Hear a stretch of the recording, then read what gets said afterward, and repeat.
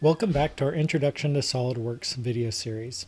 Today we're going to look at a particular tool in SolidWorks called Configurations. It's a way we can make parts that are very similar in a lot of their properties but vary in one particular or in multiple. It's basically how you can create a family of parts that share the bulk of their geometry, but you want to tweak some particular item between each one. So let's take a look at an example of this. I'll go ahead and create a new part. If you think back to early on, I showed you an assembly that we used a trainer in the mechatronics program, and it had a set of legs that were a part of a stand for an HMI device. So here I've opened that assembly again, just to remind us what I'm talking about. And you can see here's that HMI panel. And early on in the class, when we were talking about sketch relations and making sure that we fully defined our sketches, we looked at this plate here as an example part. Now we're going to look at this leg here. Let's go ahead and open that up. And that's a part that I used to connect the base plate of the trainer to that mounting plate for the HMI. So you can see it's very basic geometry. It has a couple sets of mounting holes, one from the mounting plate that we looked at before onto the part, and then another set from below, or actually those ones aren't modeled on here, but another set of holes that go through down into the base plate of the whole trainer. So let's use this as an example. What if instead of having the same height, I wanted to have a number of different sets of legs that I could use depending on which HMI panel I use that might have different depths. So I would want the height of this part to change. So let me go ahead and remodel this part real quickly, and you can watch how I do that. I won't talk, and I'll just kind of speed it up in the video so that happens quickly. And then we'll look at how we can modify the part using configurations to create a family of parts based on the same geometry but varying in some perspective. So let's go ahead and start that.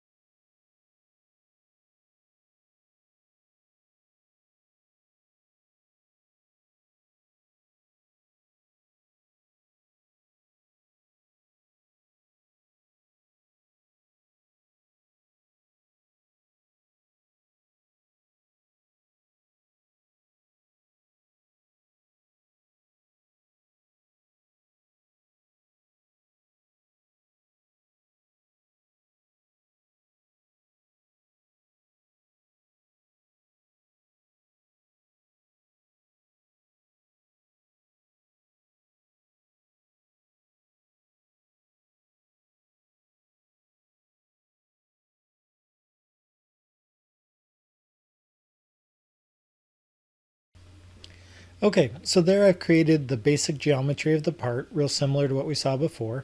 A couple things to note in there. You noticed I did a mid-plane extrusion rather than blind.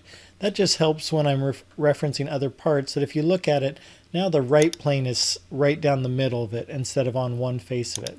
A couple other things I did was when I was making the sketch, I used some symmetry by mirroring. And when I was creating the sketch for the profile of it, I used an offset entities tool that lets me quickly come up with a line that's the same distance in all directions from my outer perimeter. That's just a little easier than dimensioning each of those interior lines individually.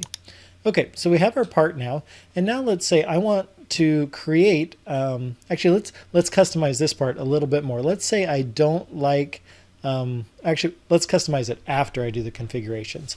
That'll make it clearer why we do them as configurations here. So I've got this basic part. Let's say I want to create versions that instead of being 1.5 inches tall at the front, I'm pretty sure that's what I did that as. If we measure there, go to inches.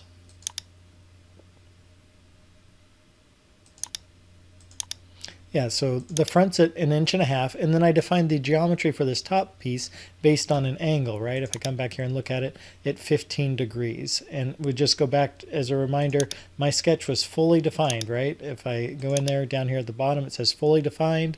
Everything's black. That's a key thing that I've been seeing in some of your first couple of weeks exercises, is leaving some parts that were underdefined or they show up as blue, and that's not good modeling practice because those could get accidentally changed without your realizing it.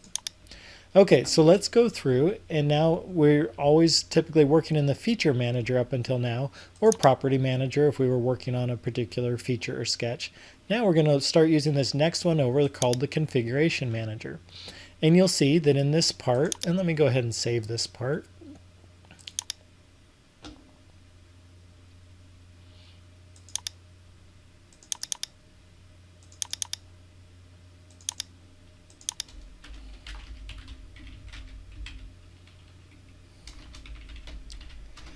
Okay, so I've got the part now, configurations example. By default, there is one configuration, the configuration that we're always working in. We're going to add another configuration. So we come up here, right click, and say add configuration. And this one I'm going to say 2-inch. And that's fine. And then I'm going to modify the name of the original one. So go to properties of it, and I'm going to call it the 1.5-inch. And then I'm going to add another one, let's say a 3-inch. Okay. So now I have 3 different configurations, and if I double click on each one, nothing changes because I haven't edited anything yet, but I do have 3 different configurations in there now, and they're each labeled. So now if I come back to my feature manager, and let's take a look at this sketch. If I highlight that sketch, so again, just select the sketch so it shows up, and then I click on a dimension. It gives me lots of options over here, and I can go here to configurations. That's one way I can get to what I want to do. The other way, click on that sketch again and just right click on this dimension directly. I can go to configure dimension, and you'll see it has a little bit of a symbol similar to the configuration in the configuration manager. So if I click on that, you'll see it brings up this table, and on the left side, the first column shows each of my configurations I've created, and then for each of those configurations it says what's the value of dimension 1, that dimension in that configuration. So right now they're all at 1.5 inches, but if I go in here and switch this to 2 and switch this one to 3 and now say apply, come back out, you'll see that if I am in the 3-inch dimension, it's taller now. It's this front dimension is 3 inches if I measure that. 3 inches. And so now, without creating new features or modifying my sketch, I can have each of these 3 versions. And why that's really useful is, what if, say, I wanted to add another feature to this part? One way, if I told you I wanted to have a version of this part that was 1.5 inches tall, 2 inches, and 3 inches tall, is you could have created that 1.5 inch tall version, saved it, and then saved a copy of it as a 2-inch version, and saved another copy of it as a 3-inch version, and had 3 separate parts. But then let's say we came in back later on and we realized we didn't like all the square edges. We wanted to put fillets on all of the interior corners here. If I had it as 3 separate parts, I would have to go in and add a fillet to every part. Whereas now I can do that just once here in my original part, and it will update in all of them.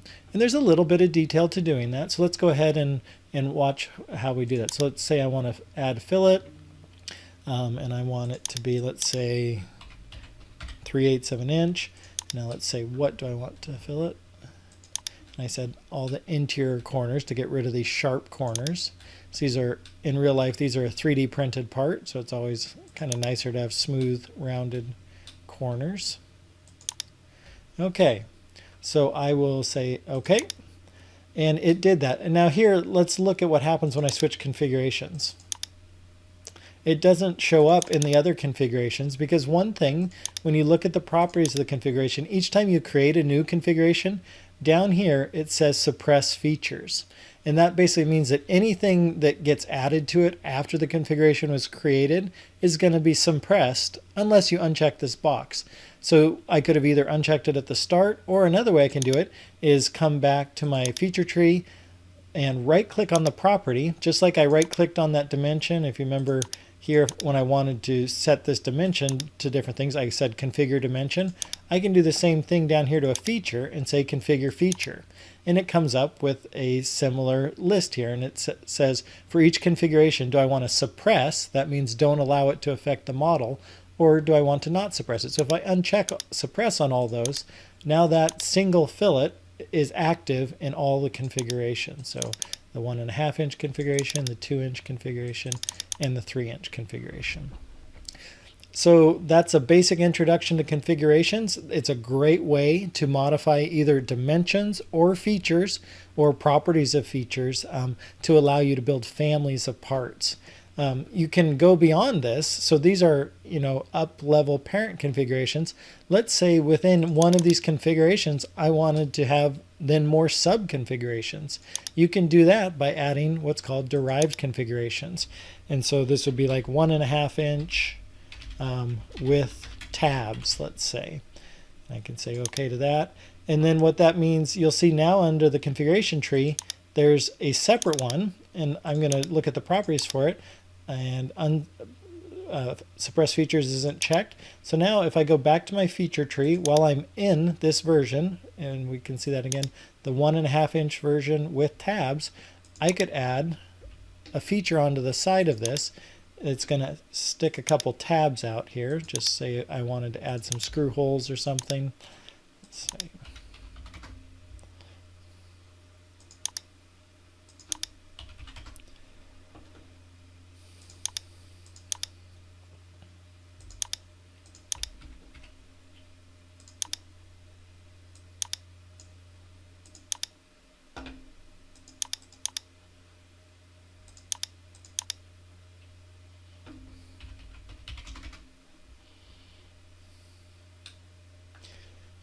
Okay, let's change that, make them come out a little further. Okay, and here you can see, down here it's showing where am I making these changes. Right within this configure, down here at the bottom, there's this another way to look at them is using the configurations within the feature here. So if I go there, and now let's go back and look at my other configuration. So there's the 1.5 inch and then a 1.5 inch with tabs.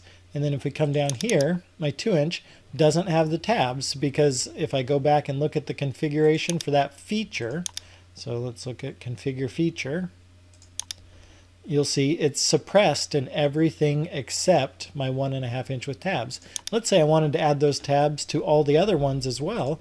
I can do that same thing again. I can come in here, add a derived configuration. This one would be 2 inch with tabs. And then another derived configuration. This one would be 3 inch with tabs. Okay, and then go back and configure that feature again.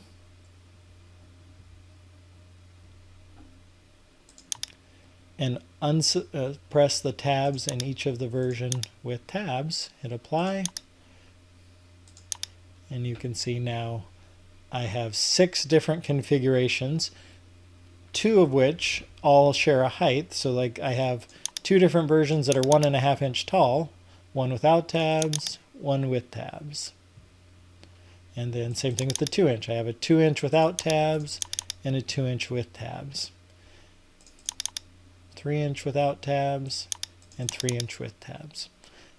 And so again, if I wanted to make a change that affected all 6 of those versions, instead of having 6 different parts, I can make that edit. Let's say I didn't like these rounded corners here, or what would be something that's more realistic here? Let's say I needed to put a channel in the back side here, that instead of screwing onto the top of it, I was going to slide my board into this face of it. So let's sketch on that. I'll create some geometry. Let's do a center line. Actually, let's do it by offsetting from that line. Let's do it down 0.125. That looks good. Okay, and then offset from that again, another 1.25 to make my channel. That's good. And then I'll close that.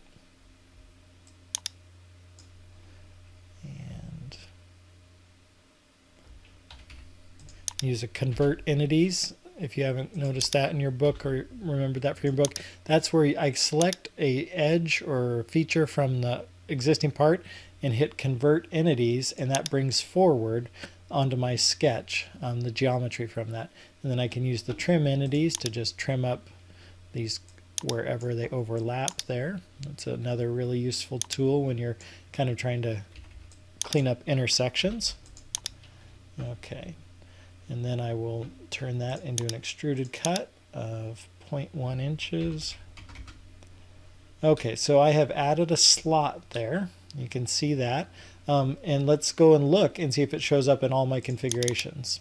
It probably won't, because we had that. If we come back and remember why it doesn't, if we look at the properties, in general, all features are suppressed after it's created.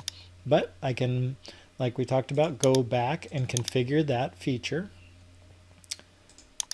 and unsuppress it in all configurations. And now all 6 of those different parts have that same feature in them. So the key idea about configurations is that we can use configurations on either sketch entities such as dimensions, angles, properties within the sketch, or we can look at features as being configured as individual parts of a configuration as well. So just keep that in mind. You can do configurations based on either sketch entities or individual features. For example, the sketch entity configuration changed the height of my part in sketch 1 from 1.5 to 2 or 3 inches. Then I created a feature-based configuration that either added tabs to a part or didn't have tabs to a part. And then I added a feature at the end that was in all configurations. So that slot along the side of the part, that again is a feature that was added after I had created a bunch of configurations, so that I needed to unsuppress it in each version of each configuration of the part. So that's another good idea to be thinking about. If you know that you're going to be adding configurations to a part, you want to create all of the geometry that is going to be similar across your family of parts before you start adding configurations. It just makes it simpler so that you don't have to go back in and unsuppress features that are added later on. Totally doable, like I just did here to add that slot, but just best practice would be create all of your geometry that is common to the family, and then create your configurations and vary either sketch entities or features within your configuration manager. Okay, I think that's a pretty good introduction to configurations. Super powerful tool to be able to create families of parts that share a lot of parameters, but are distinguished in some particular way that's useful to you. Stay tuned for our next video. Thanks.